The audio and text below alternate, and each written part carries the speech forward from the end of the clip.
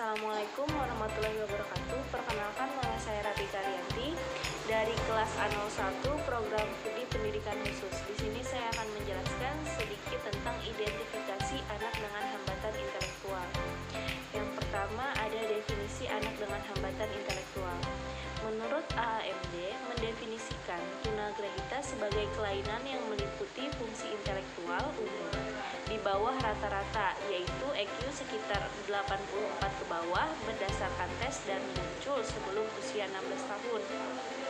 Sejalan dengan definisi tersebut, AFMR menggariskan bahwa seseorang yang dikategorikan tunagrahita harus melebihi komponen keadaan kecerdasannya yang jelas-jelas di bawah rata-rata. Adanya ketidakmampuan dalam menyesuaikan diri dengan norma dan tuntutan yang berlaku di masyarakat. Kemudian ada klasifikasi anak dengan hambatan intelektual. Yang pertama ada tunagrahita ringan, EQ-nya sekitar 50-70. Yang kedua ada tunagrahita sedang, EQ-nya sekitar 30-50.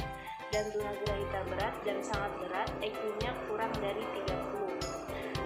Selain klasifikasi di atas, ada pula pengelompokan berdasarkan kelainan jasmani yang disebut tipe klinis. Tipe klinis yang dimaksud adalah sebagai berikut. Yang pertama ada Down syndrome atau mongoloid, yang kedua ada kretin atau cebol, yang ketiga ada hidrosefal, yang keempat mikrosefal, dan yang kelima ada makrosefal. Kemudian karakteristik anak dengan hambatan intelektual.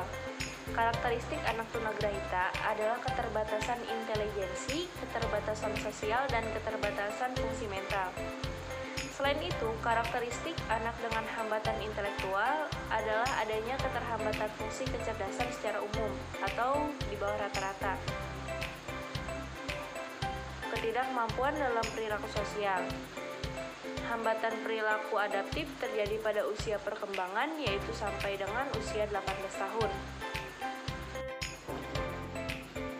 Hasil identifikasi anak berkebutuhan khusus. Secara fisik memiliki struktur maupun fungsi tubuh sama dengan anak pada umumnya.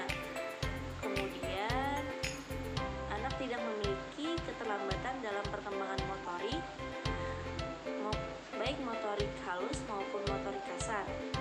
Kemudian, anak juga tidak memiliki keterlambatan dalam perkembangan bahasa, pembenaran kata, dan kesulitan dalam artikulasi kata. Kemudian, anak tidak bergaul atau bermain dengan teman sebayanya. Anak juga tidak bergaul dengan anak yang lebih muda.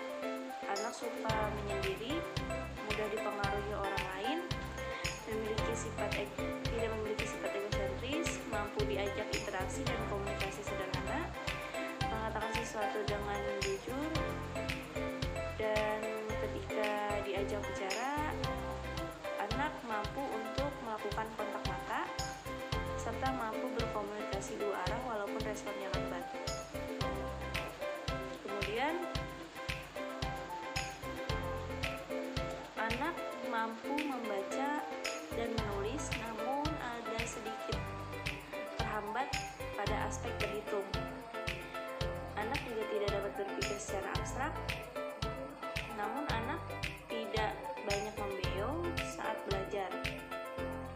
Anak juga tidak melakukan kesalahan yang sama dari hari ke hari, namun sulit memusatkan perhatian. Anak memiliki minat yang kurang dalam pembelajaran. Anak cenderung cepat lupa, sulit membuat kreasi baru, dan rentan perhatiannya pendek. Kurang perhatian terhadap lingkungan, sulit menyesuaikan diri dengan situasi, dan kurang mampu mengurus diri sendiri, merawat diri, dan memelihara serta memimpin diri. Anak mengalami kesulitan untuk beradaptasi dengan lingkungan yang baru. Namun, anak tidak melakukan perilaku adaptif atau tidak sesuai dengan lingkungan.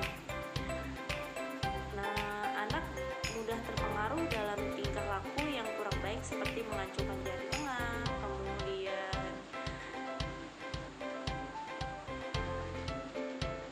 merusak beberapa benda, dan anak memiliki kesulitan dalam melakukan aktivitas hidup sehari-hari. Kemudian ada informasi perkembangan anak. Yang pertama ada kognitif. Pada perkembangan kognitif anak di usia 4 tahun, anak memasuki TK. Lama pendidikan di TK sekitar 3 tahun. Kesulitan yang dialami selama di TK yakni sulit bersosialisasi dengan teman. Anak masuk SD di umur 7 tahun, kesulitan di SD masih sama. Anak tidak pernah tinggal kelas. Anak kesulitan pada mata pelajaran matematika dan mata pelajaran yang paling disenangi yakni tematik.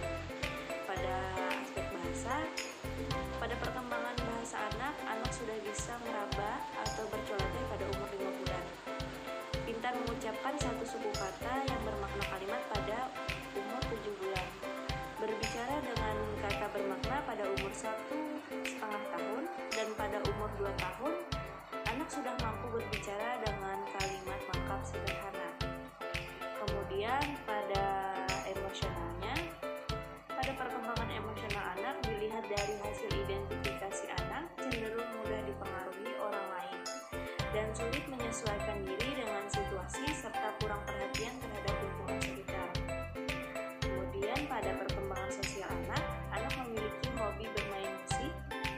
Anak memiliki hubungan yang baik dengan saudara dan orang tuanya. Namun untuk hubungan pertemanan, anak cenderung suka menyendiri. Anak mengalami kesulitan untuk beradaptasi dengan lingkungan baru. Pada fisik motorik, pada perkembangan fisik motorik anak di usia 9 bulan anak sudah mampu berdiri, dan di usia 13 bulan anak sudah mampu berjalan. Pada usia 3 tahun anak mampu naik sepeda roda 3, dan pada usia 7 tahun anak mampu naik sepeda roda 2. Untuk status gizi dan riwayat kesehatan anak cukup baik. Anak tersebut dominan menggunakan tangan kanan. Kesimpulan yang dapat saya ambil yakni menurut hasil identifikasi pada perkembangan kognitif anak, kesulitan yang dialami selama di TK dan SD yakni sulit bersosialisasi dengan teman. Pada perkembangan bahasa anak tidak memiliki hambatan dalam kemampuan berbahasa. Pada perkembangan emosi anak dilihat dari hasil identifikasi, anak cenderung mudah dipengaruhi orang lain dan sulit menyesuaikan diri dengan situasi serta kurang perhatian terhadap lingkungan sekitar. Pada hubungan sosialnya, anak cenderung suka menyendiri. Anak mengalami kesulitan untuk beradaptasi dengan lingkungan baru. Pada perkembangan fisik motorik, anak tidak memiliki hambatan apapun. Di sini saya melampirkan beberapa foto kegiatan pada saat identifikasi. Mungkin itu saja yang